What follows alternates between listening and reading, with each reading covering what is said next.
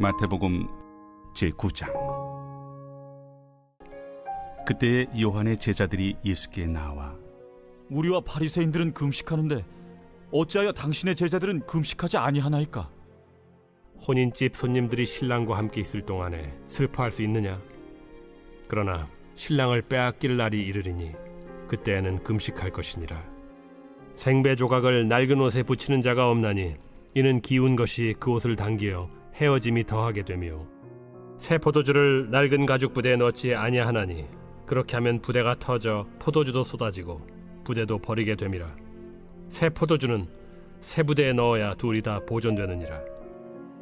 예수께서 이 말씀을 하실 때에 한 관리가 와서 절하며 이르되, 내 딸이 방금 죽었사오나 오셔서 그 몸에 손을 얹어 주소서. 그러면 살아나겠나이다. 예수께서 일어나 따라가시매 제자들도 가더니 12해 동안이나 혈루증으로 앓는 여자가 예수의 뒤로 와서 그 겉옷가를 만지니 이는 제 마음에 그 겉옷만 만져도 구원을 받겠다. 예수께서 돌이켜 그를 보시며 이르시되, 딸아, 안심하라. 내 믿음이 너를 구원하였다. 하시니 여자가 그 즉시 구원을 받으니라. 예수께서 그 관리의 집에 가사 피리 부는 자들과 떠드는 무리를 보시고 물러가라. 이 소녀가 죽은 것이 아니라 잔다. 하시니 그들이 비웃더라. 무리를 내보낸 후에 예수께서 들어가사 소녀의 손을 잡으심에 일어나는지라. 그 소문이 그 온 땅에 퍼지더라. 할렐루야. 사랑하는 열린문교회 성도 여러분, 지난밤도 주님 주신 은혜와 평강 가운데 단잠 주무셨습니까? 아침을 깨우는 말씀, 수요일 이 아침에 주님께서 저와 여러분에게 주시는 말씀은 마태복음 9장 14절로 26절까지의 말씀입니다. 오늘도 주시는 살아계신 하나님의 말씀 통하여 저와 여러분의 삶 가운데 선명한 성경적 기준이 세워지길 원하고, 또한 그 기준대로 살아내심으로 주님께는 영광이며 저와 여러분의 삶 가운데 가장 복되고 귀한 오늘 하루를 살아내시기를 바랍니다. 오늘 본문의 제목을 이 매일 성경 해설자는 예수님께만 다하도라는 제목을 붙였는데요. 오늘 본문에 나오는 혈루증 앓은 여인의 그 믿음과 그 고백의 이 하나의 표현을 그대로 옮겨다 놓은 제목인 것 같습니다. 오늘 이 제목 자체로만 보아도 그 여인의 그 믿음, 그리고 예수님을 바라보고 또 예수님을 신뢰하는 그녀의 어떤 마음이 느껴지는 듯한 제목인데요. 함께 본문 살펴보면서 오늘날을 살아가고 있는 우리들에게 어떠한 교훈과 적용 그리고 깨달음을 주는지에 대하여 함께 나눴으면 좋겠습니다. 오늘 본문에는 이 약 두 가지 정도의 어떠한 기적의 사건들을 기록하고 있는데요. 이 18절 말씀에 예수께서 이 말씀을 하실 때에 한 관리가 와서 절하며 이르되, 내 딸이 방금 죽었사오나 오셔서 그 몸에 손을 얹어 주소서. 그러면 살아나겠나이다 하니 예수께서 일어나 따라가심에 제자들도 가더니 그러면서 이 사실 샌드위치 기법이라는 이 하나의 이 어떠한 이 방법들인데요. 기법인 것인데요. 말 그대로 어떠한 이 전달하고자 하는 것에 대하여 극대화하는 내지는 그것에 대한 연결선상에서 그 이야기를 더욱더 돋보이게 하는 여러 가지 기능을 갖추고 있는 이 하나의 문학적 기법 중에 하나인데요. 말 그대로 그 관리의 이 간청을 따라 그를 따라 이 옮기는 과정 가운데 이 중간에 이 혈루증 앓은 여인의 기사를 집어넣음으로 어떤 연결선상 안에서의 어떤 이야기의 극대화 내지는 어떠한 내용들을 전달하는 그와 같은 기능을 보여주고 있습니다. 사실은 이 마태복음에 기록되어져 있는 이 기적의 사건은 이 마가복음이나 누가복음이나 다른 복음서에서는 조금 더 자세하게, 그리고 어떻게 보면 오늘 포커스하고 있는 그 외적인 것에 대해서 이 설명하고 정보를 주는 이 본문들을 이 풍성하게 가지고 있습니다. 근데 오늘 마태복음에서는 그 다른 정보들이라든가 더 많은 내용들을 모두 삭제하고 말 그대로 그들의 믿음에만 좀 집중하는 것을 보게 되는데요. 언젠가도 혈루증 앓은 여인의 이 이야기를 통해서 예수님의 인격과 그 배려에 대한 이야기들을 나누었었는데, 오늘 본문은 이 그와 같은 내용보다는 도리어 이 여인이 가졌었던, 그리고 그 관리가 가졌었던 믿음에 우리가 집중하게 하고자 하는 이 기자의 의도를 보게 되는 것이죠. 결국에는 이 혈루증 앓은 여인의 이 이야기 이후에 다시금 그 관리의 딸에 대한 이야기로 돌아와서 결국에는 이 죽은 이 아이를 살려내심으로 말미암아 예수님께서 다시 한번 하나님께 영광을 올려드리고 예수님의 놀라운 이 기적을 또다시 세상 가운데 알리시는 이 사건들이 일어나게 되더라는 것이죠. 근데 아까도 이야기했듯이 결국에 마태복음에서는 다른 정보들이나 이 이야기들을 모두 빼버리고 결국에는 그 관리와 이 혈루증 앓은 여인의 그 믿음에 집중을 하고 있는데요. 그와 또 반면에 이 예수님께서 이 관리의 딸을 보시고 이와 같이 말씀하시는데 24절에 이르시되 물러가라 이 소녀가 죽은 것이 아니라 잔다 하시니 그들이 비웃더라. 여기엔 생물학적으로는 분명히 죽었을 것입니다. 그러다 보니 예수님께서 그녀는 죽은 것이 아니라 잔다라고 이야기했을 때 사람들이 비웃는 것이 어쩌면 상식적이고 당연한 것 같았습니다.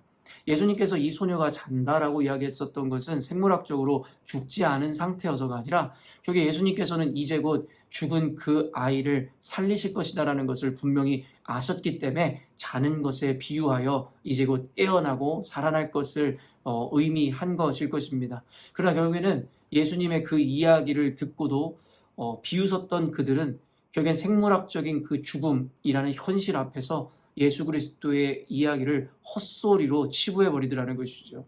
결국에 현실을 바라보는 그들에게는 조금의 믿음도 없었음을 우리는 보게 됩니다. 근데 이와 대조적으로 아까 그 관리의 그리고 혈루증 앓은 여인의 믿음을 살펴보면 18절 말씀 보니 예수께서 이 말씀을 하실 때에 한 관리가 와서 절하며 이르되 내 딸이 방금 죽었사오나 오셔서 그 몸에 손을 얹어 주소서 그러면 살겠나이다 하니 어떠한 다른 방법을 구하거나 놀라운 어떠한 이 과정들을 설명하거나 요구한 것이 아니라 그저 죽은 아이에게 손만 얹어도 이 아이가 살겠나이다 라는 그의 믿음, 그리고 예수님을 대하는 그 조심스러움과 그리고 예수님을 경외하는 그 모습들이 모두 함축되어 담겨져 있는 고백이고 표현이지 않을까라는 생각이 들었습니다. 근데 이와 비슷하게 아까도 말한 샌드위치 기법에 의해서 중간에 끼어 들은 이 이야기, 혈루증 앓은 여인의 이야기에서도 비슷한 고백을 하는데 20절에 보면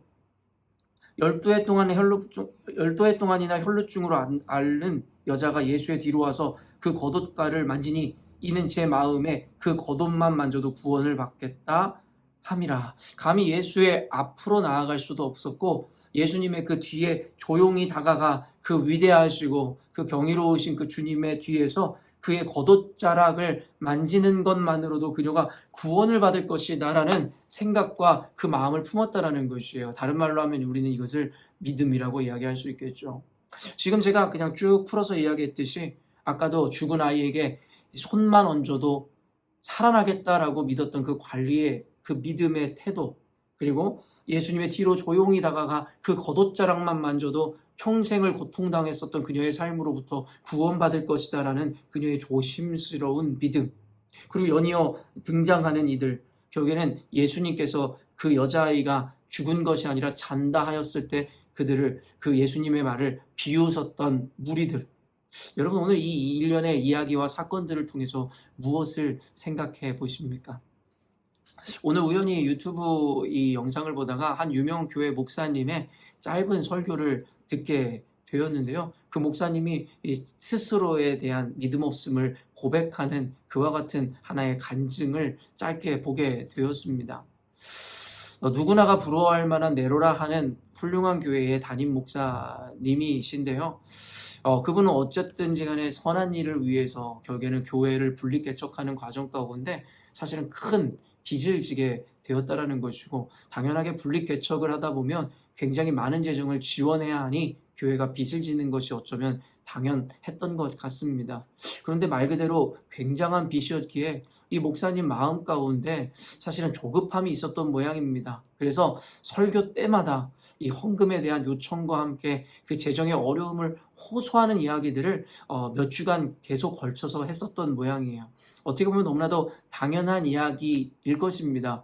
당연히 교회가 재정적으로 어려우면 그것은 결국엔 교회의 성도들에게 요청하고 함께 그 고통을 분담하는 것이 너무나도 당연한 것입니다. 왜냐하면 교회는 누군가의 소유도 아니고 누군가만의 책임이 아니라 결국엔 우리 성도들 모든 이들의 이 책임이고 모든 이들의 교회이기 때문입니다.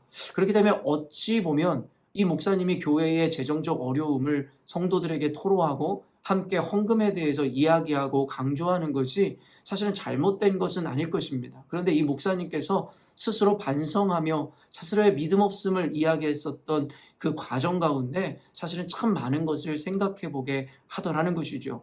아까도 이야기했지만 생물학적으로 죽은 아이를 보며 너무나도 상식적이고 당연하게 생각했었던 무리들, 어찌 보면 이것을 다르게 생각하면 교회의 재정적 어려움이나 여러 가지 위기 가운데 사실은 너무나도 상식적인 방법과 프로세스를 강구하고 생각할 수밖에 없는 것이 너무나도 당연하고 상식적인 사람들의 모양인지 모르겠습니다.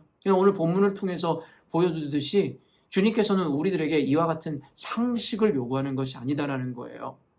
어찌 보면 하나님께서는 그와 같은 위기 가운데 오직 주님을 바라봄으로 주님 앞에 그 믿음을 보이라고 우리들에게 요청하고 계시는지 모르겠다라는 거예요. 그래서 그 목사님께서 여기 결단하시며 더 이상 성도들에게 무언가를 요청하고 성도들을 의지하기보다는 하나님만을 바라봐야겠다라는 결론을 내리시는 것을 보면서, 그렇다고 하여 교회가 더 이상 헌금을 하지 않아도 된다가 그 목사님께서 이야기하고 하셨던 바가 아니라 결국에는 너무나도 당연하고 상식적인 것일지라도 결국에는 성도들의 헌금을 요구하고 그것을 의지하기보다는 하나님 앞에 주님의 채우심을 믿음으로 바라보아야겠다라는 그의 고백, 어쩌면 오늘날의 교회와 또 저에게도 분명히 주는 하나의 메시지인 것 같습니다.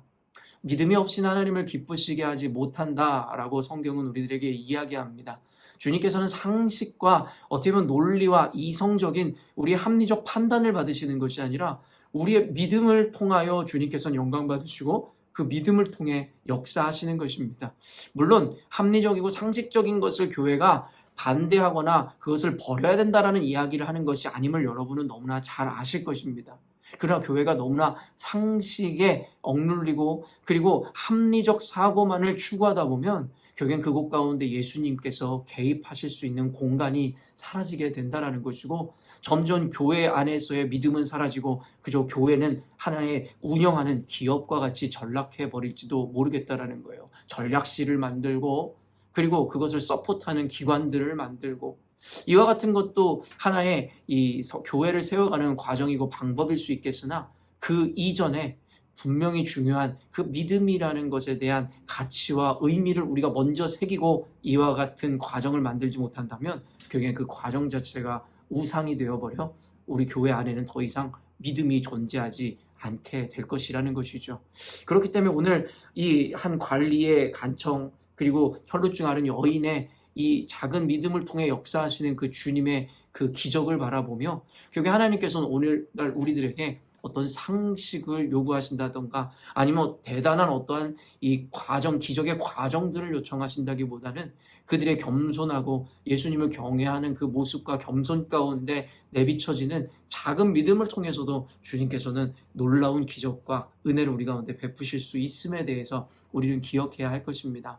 사랑하는 열린문교회 성도 여러분, 삶에서 저마다의 각자의 어려움과 위기라는 것이 있을 것입니다. 물질적인 것이든 관계적인 것이든 개념적인 것이든 분명히 비교할 수 없는 각자만의 고통과 어려움을 호소하는 분들이 있을 것이고, 각자 나름의 상식적이고 합리적인 노력과 방법으로 그 어려움들과 난관을 타개하고자 분명히 계획을 세우고 노력해 가시는 분들이 계실 것입니다. 물론 그와 같은 것도 주님께서 우리에게 요청하시는 삶의 한 태도일 것입니다. 그러나 다시 한번 이야기하지만 우리는 하나님을 믿는 그리스도인으로서 그 최선과 이 지혜라는 그 과정, 그 이전에 하나님에 대한 이 믿음이 만약에 없다면 사실은 그 과정이나 그 노력마저도 아무런 의미가 없는 혹은 우상을 숭배하는 것과 별반 다를 바 없는 태도일 것입니다. 그렇기 때문에 오늘 말씀을 통해서 주님께서는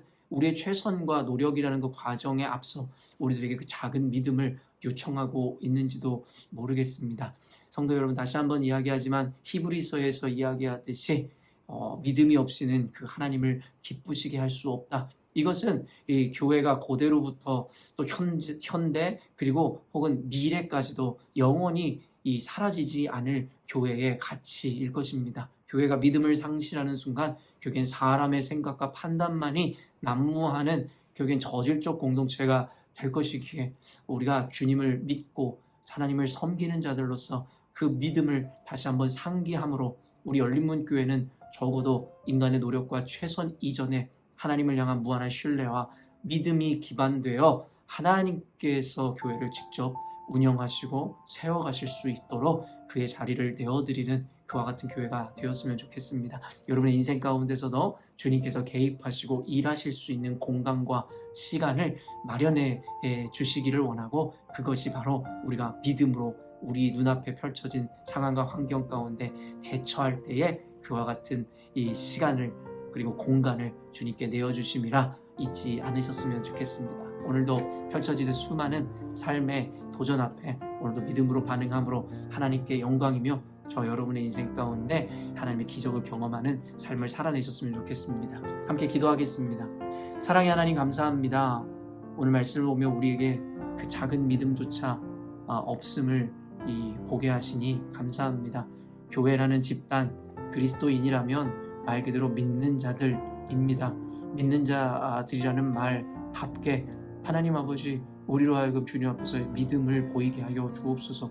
믿음이 없이는 주님을 기쁘시게 할 수 없다 이야기하였는데, 때로는 교회가 당하는 위기, 어려움 가운데 그것을 헤쳐나가기 위한 인간적인 방법과 계산과 그 과정만이 난무해버린다면 하나님, 이것이 그리스도의 교회이며 하나님의 교회라 이야기할 수 있을지 모르겠습니다. 주님, 오늘날에 살아가는 그리스도인인 우리 열린문교회 성도들로 하여금 하나님 앞에서 최선 이전에 하나님 믿음을 하나님 앞에 보일 수 있도록 하나님 늘 이 믿음에 대한 것을 잊지 않고 기억함으로 하나님께서 일하시고 하나님께서 역사하실 수 있는 기회와 시간과 공간을 내어드리는 우리가 되게 하여 주옵소서. 그때 주님께서 우리의 작은 믿음을 통해 영광 받으실 뿐만 아니라 우리 삶 가운데 놀라운 기적으로 응답해 주실 줄로 믿습니다.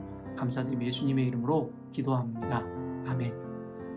사랑하는 열린문교회 성도 여러분, 오늘도 주님께서 허락하시는 가장 복되고 귀한 하루를 우리가 맞이하게 되었습니다. 오늘도 주님께서는 저와 여러분을 향하여 놀라운 기적의 하루를 예비하시고 준비해 놓으셨으리라 믿습니다. 오늘도 믿음으로 하나님과 동행함으로 주님 예비하신 그 기적을 모두 받아 누리시는 저와 여러분이 되었으면 좋겠습니다. 아침을 깨우는 말씀은 내일 아침에 또 만나도록 하겠습니다.